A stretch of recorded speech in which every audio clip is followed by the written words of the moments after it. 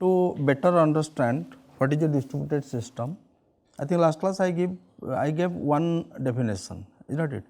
But we can see several definitions of distributed systems, so that the understanding of the distributed system will be clear.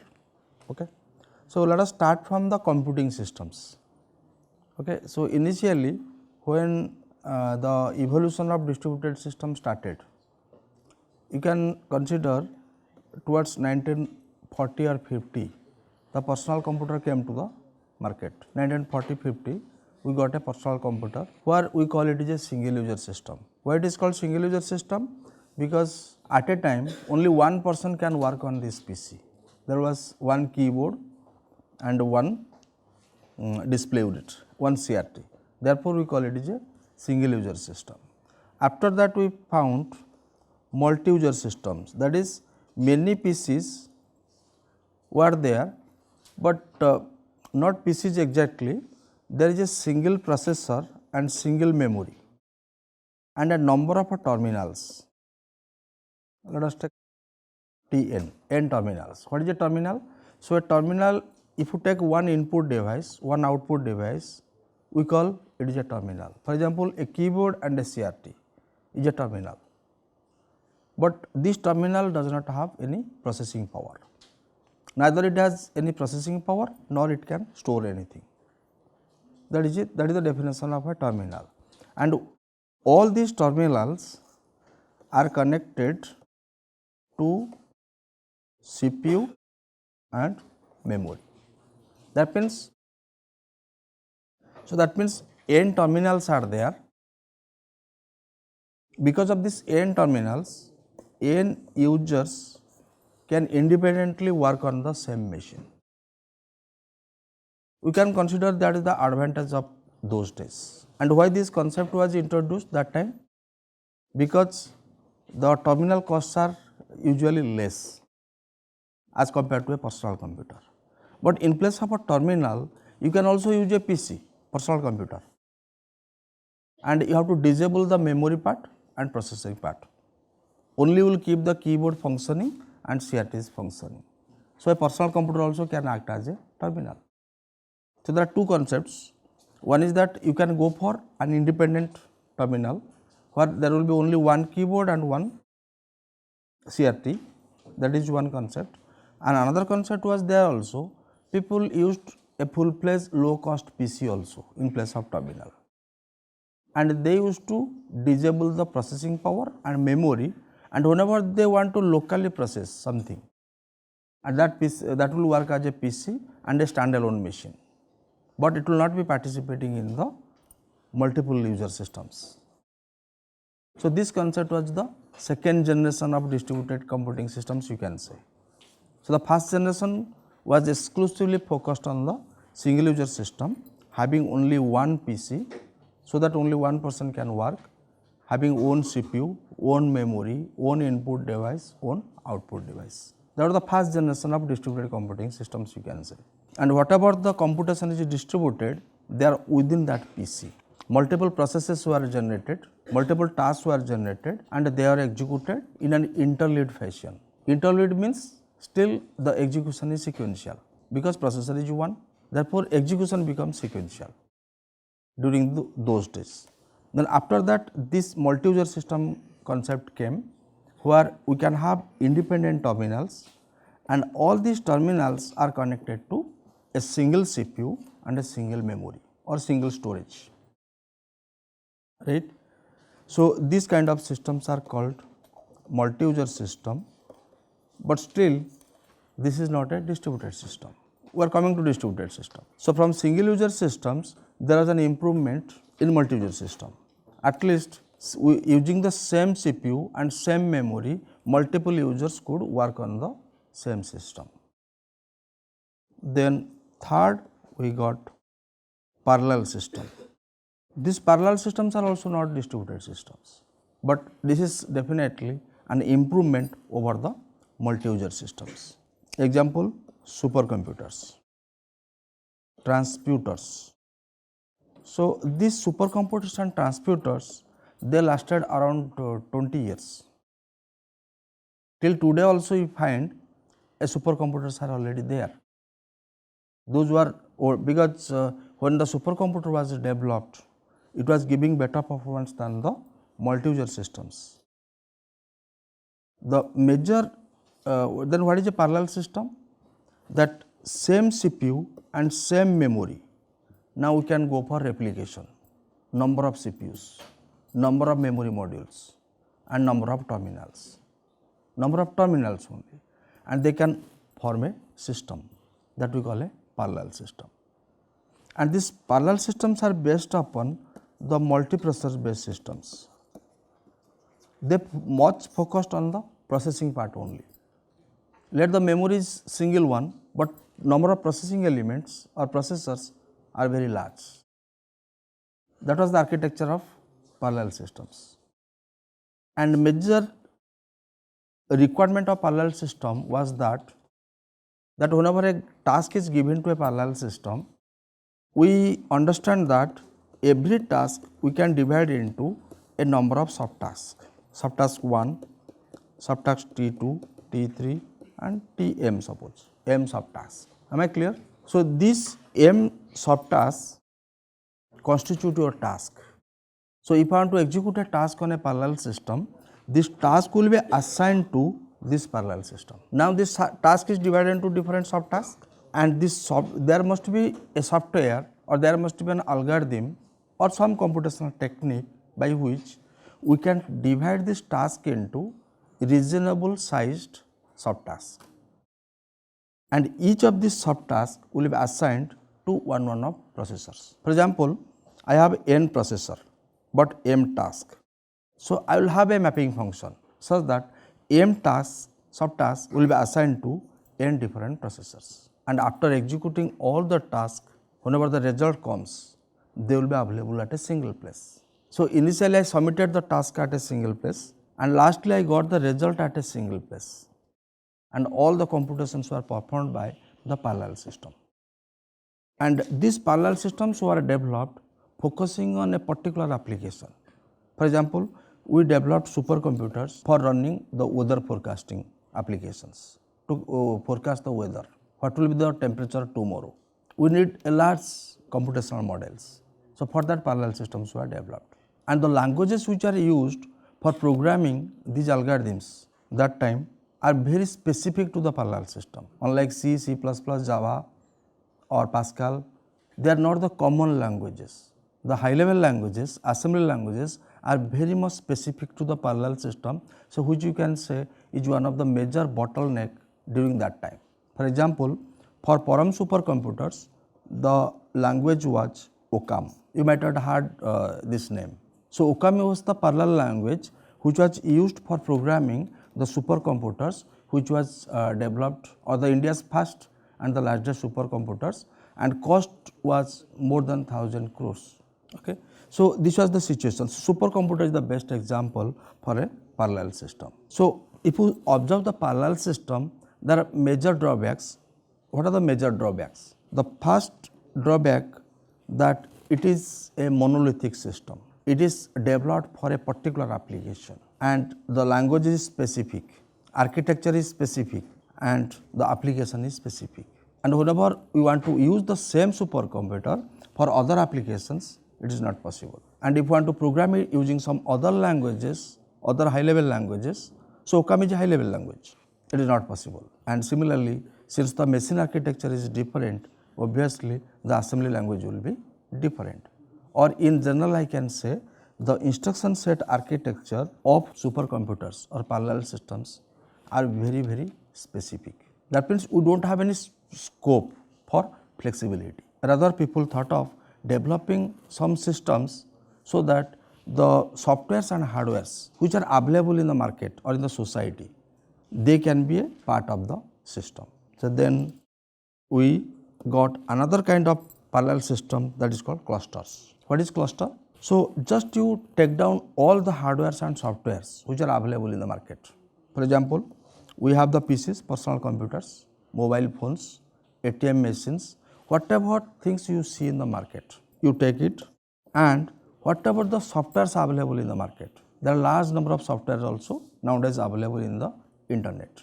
Now you take those softwares for running these hardwares, and these PCs will be connected each other via a network.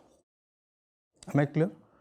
So, this network which is formed out of several PCs, maybe multiple computing devices, and they are controlled via different types of operating systems, Windows, Linux, Unix, all the types of operating systems which are available in the market, and standard softwares which are available in the market. That means you don't have to design anything inbuilt on your own.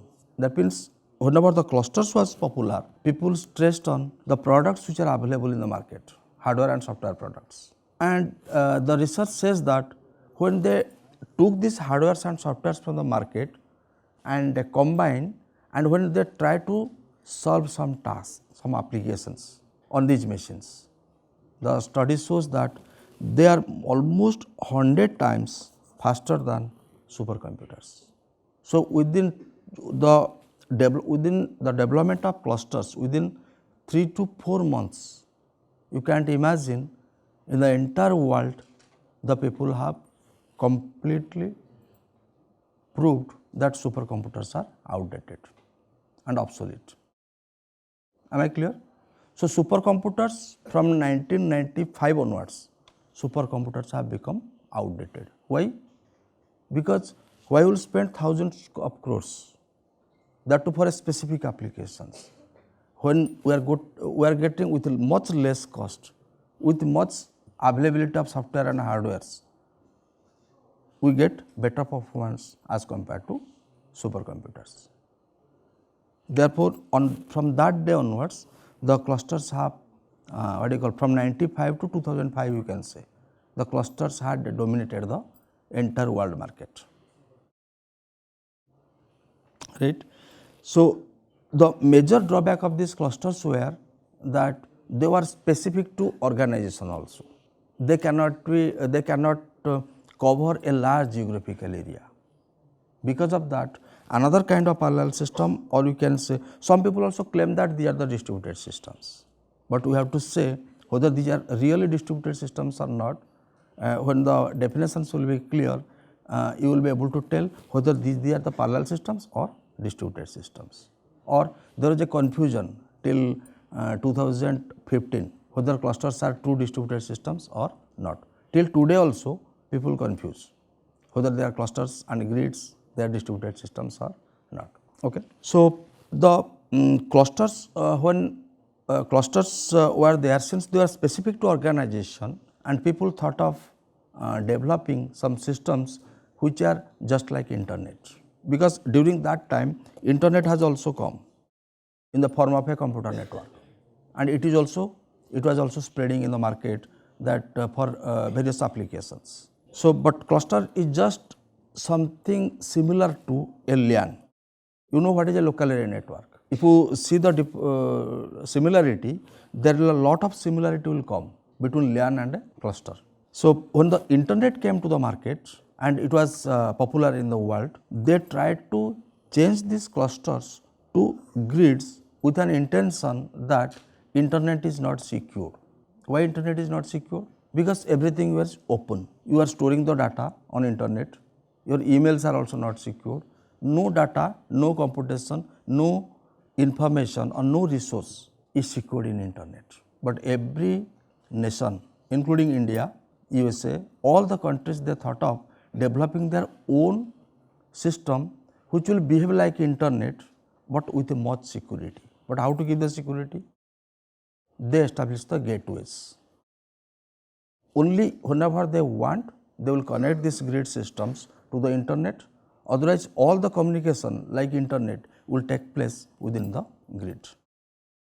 So, to start this project, Government of India around in 1995 again, or around 2000, around 95 to 2000, they spent around 5,000 crores to establish the grid system, and they gave a name to this, the Garuda systems. It is there in the net also, you can search. And that time only 5 IITs were there. IIT Kharagpur, IIT Bombay, all old IITs which were already existing. So, they were given this charge that you develop the Garuda systems. So, IIT Kharagpur, IIT Madras, everywhere they establish a data center, where a number of clusters, sometimes PCs, everything they integrated into a grid system, and that system name was given the Garuda system. What is the advantage of this? All the processing transactions whatever happened for the nation, for India, so they were only took place at a grid, and the data resources everything were secured. Only internet was used with much restriction whenever any communication is to be done outside the India. Similarly, US also developed their own grid system, UK also developed their own grid system. So, likewise the entire world was developing the grid system, and it was become very popular till 2010. But after 2010, lot of applications due to a lot of high level languages and lot of algorithms, lot of architectural models, the grid systems are also outdated. But since these systems are there, in many places you will find these systems are existing. It is not, though it is outdated, we cannot say that we have not thrown it.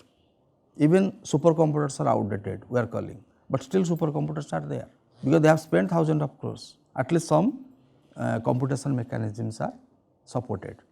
So, clusters, supercomputers, transputers are completely outdated. It was a specialized type of supercomputers, but it lasted only for hardly 3 to 4 years.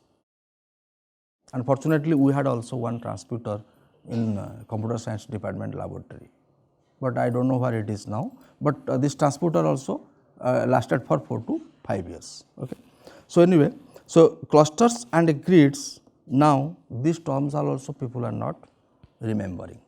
They forgot almost about the clusters and grids, but still it is used. Even we have a cluster in data center also. We do not have any grid, but we have a cluster. IIT Kharagpur till today also has this grid system. A big building with a number of servers and client machines, they are establishing the grid systems, a rack of servers. So, anyway, so these clusters grids, sometimes the people call internet clusters grids, are the examples of the distributed system. Okay, so then after the clusters and grids, the internet also was become very popular those days.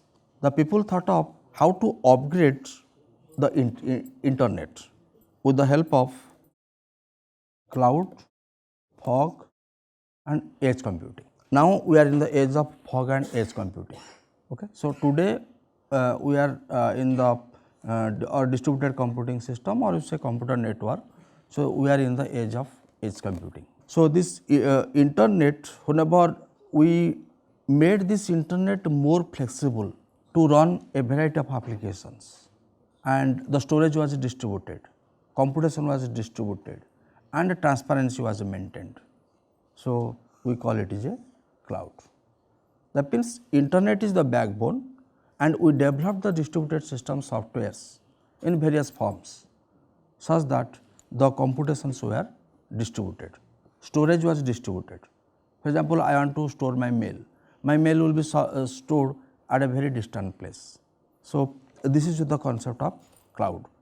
Then again people thought, why the computation will be stored at a very remote place, retrieval will be slower, and storage security also not be there, database security will not be there. So, to prevent that, again the concept of edge computing came, that whenever we need any data, let our data will be stored at a nearby place, neighborhood place, so that I can fetch it faster. It is something like caching. You might have studied the cache memory in computer architecture. So, all the data will not be available in the main memory. The data which is required by the processor, that will be available in the cache memory. So, that is the hardware, but here it is a concept, it is a virtual cache memory. I can store the data in advance, and whenever I require, I can get it faster instead of contacting a remote server at a distant place. Am I clear? So, this is what edge computing and fog computing I will tell you.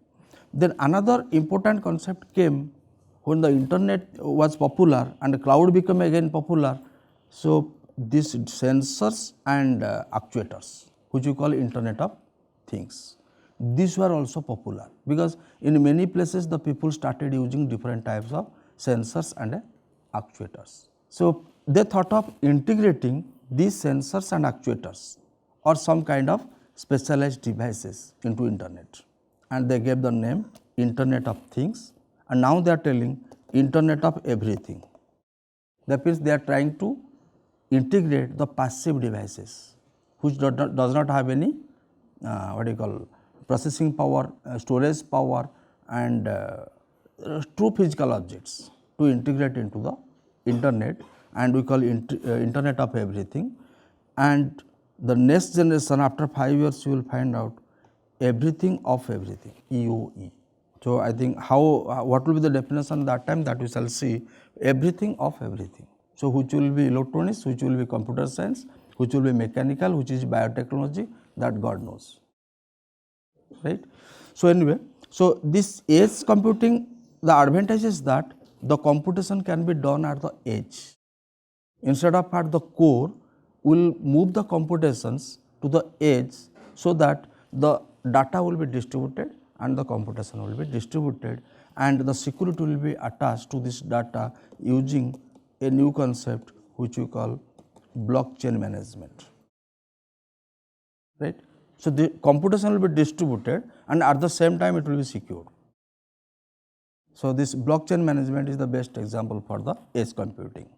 And whenever this internet of things components, IoT components are integrated to internet and they are managed by a set of softwares, a set of techniques or algorithms, that we call fog computing. So, these are the all distributed computing. We started from a personal computer and now we are in the era of cloud, fog, edge, IoT systems, right. Now, we shall see what is a distributed system. Okay, from the definition, we will try to justify that cluster is a distributed system, cloud is a distributed system, PC is a distributed system. So, in one moment the definition can be very broad, generalized, and in another way the definition can be very much restricted. So, I will just write few definitions of distributed system, and from the definition whatever you understand and you try to relate that which are distributed systems and which are not distributed system. So, okay. So, these are three definitions. You can see these three definitions are equally what do you call, to characterize what is a distributed system, equally deserve to characterize what is a distributed system. So, this I think this definition last class I told you yesterday, that is a distributed system is a collection of independent computers that appears to its users as a single coherent system, or I can say a PC, personal computer. The users will feel as if I am working on a PC, but in the underlying system several computers are there, they are connected by a network, they are connected by a number of computers. I think this one you have discussed last class, but is it correct? A distributed system is a set of autonomous processes communicating among themselves to perform a task. Now, I am not telling processes, I am not telling computers, I am telling set of processes. Let us take a single PC having 100 processes and assume that all 100 processes are existing on the same PC. By this definition, the PC is itself a distributed system. Am I clear? By these definitions, last definition, a PC cannot be a distributed system, but in the very first definition, let us take a set of processes are there and all processes are running on the same personal computer with the help of same operating system. Then and they communicate among themselves to perform a task. Therefore, it is a distributed system. See, due to the first definition, the personal computer is also a distributed system if you take the concept of processes. But the moment the same processes are executing on different machines, then no longer a PCU is required. We have to go for a network. LAN, MAN, cluster, all are the distributed systems. So, then which was the broad? I think this is the most general definition as I told you, and this last definition yesterday whatever I told you, that is the most restricted definition, because at any cost we have to achieve single coherent system, and a network operated Linux, Windows, that all the centralized operating systems will not be able to fulfill the single coherent system. That is the most important property of the distributed system. But the middle definition, that is a network of autonomous computers that communicate by message passing to perform a task. Here you can see message passing has been compulsory, because we know that there are two ways to communicate. One is shared memory and second one is message passing.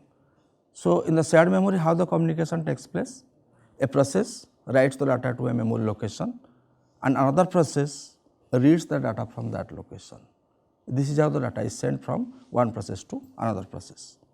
But in message passing system, the data is prepared by a process and it has to send using a communication medium. So, here there is a requirement of channel.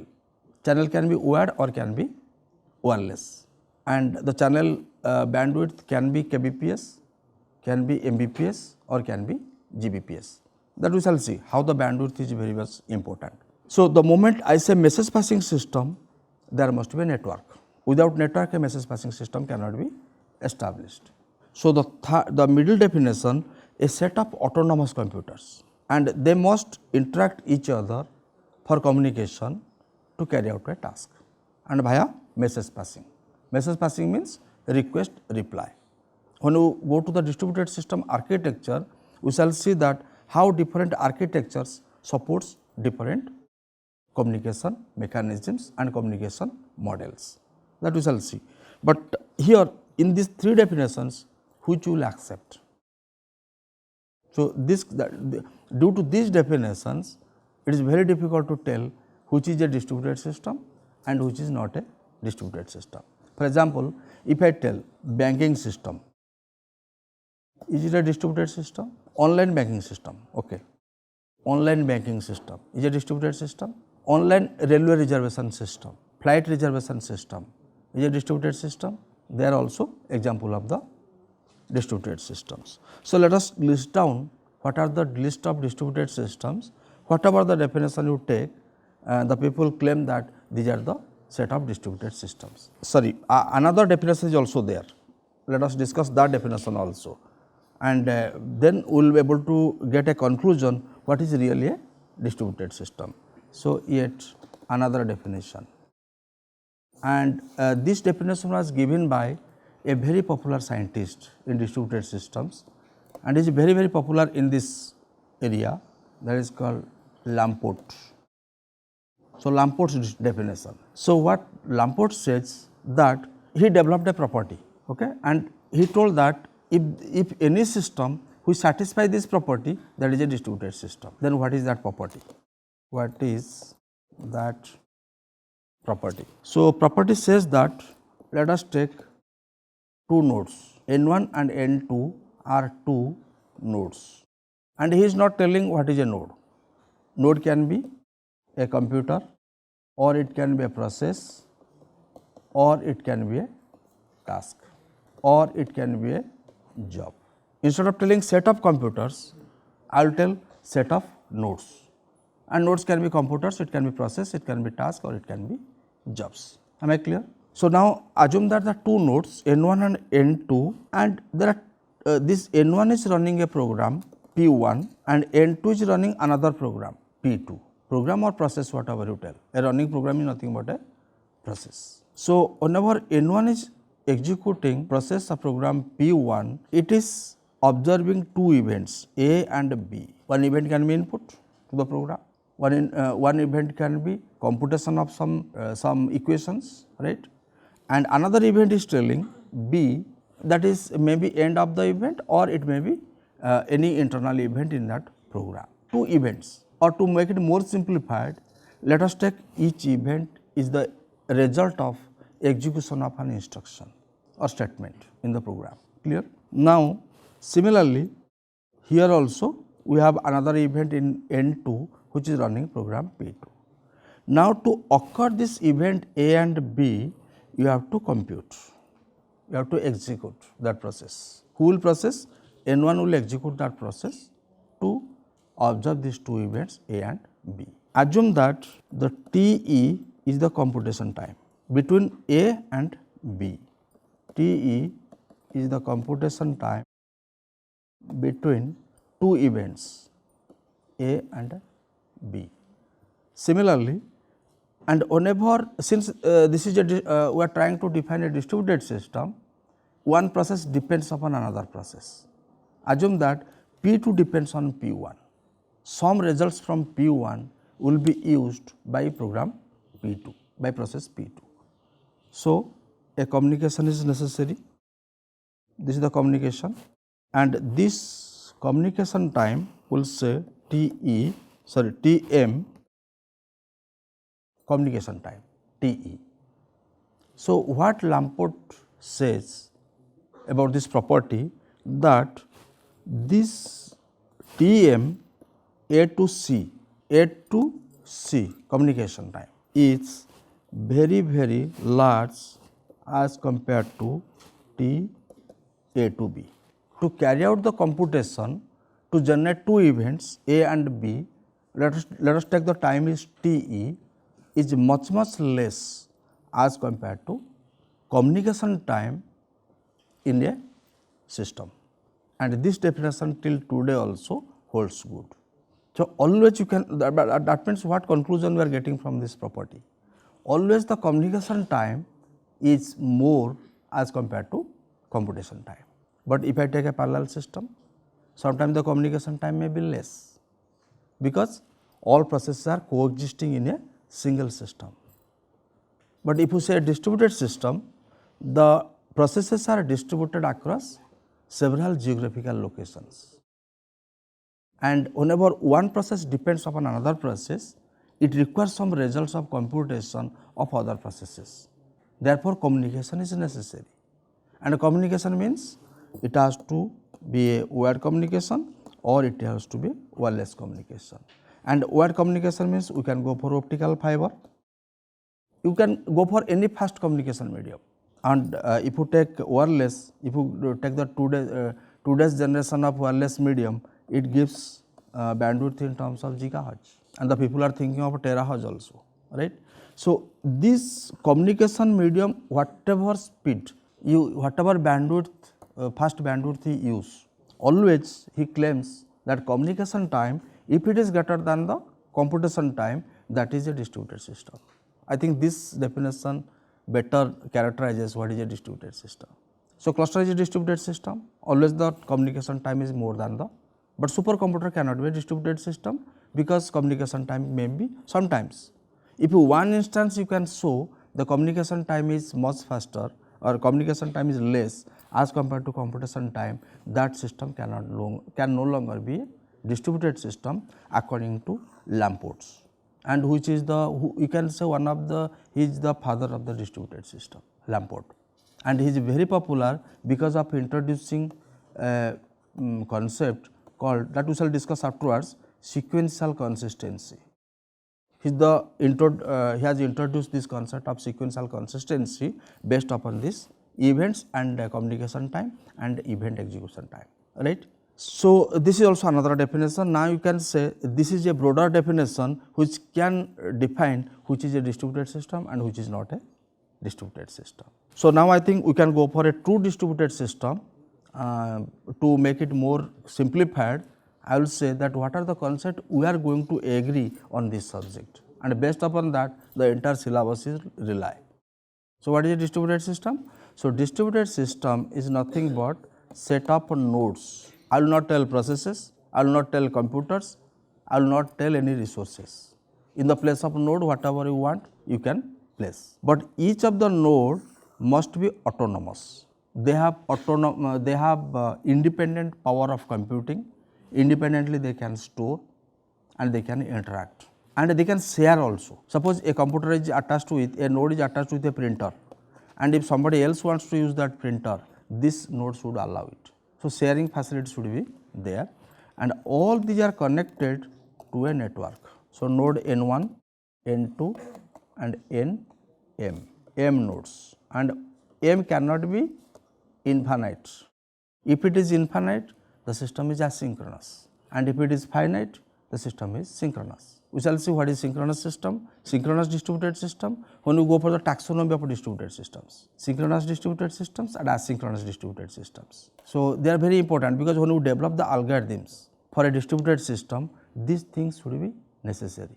You have to say whether we are developing the distributed algorithms for synchronous system or asynchronous distributed systems.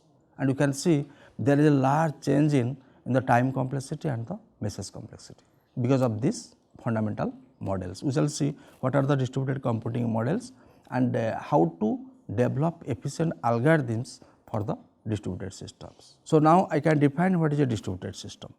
So, a distributed system is nothing but set of nodes, computing nodes, which are interconnected via a communication network such that the users will feel a single coherent view, that is all.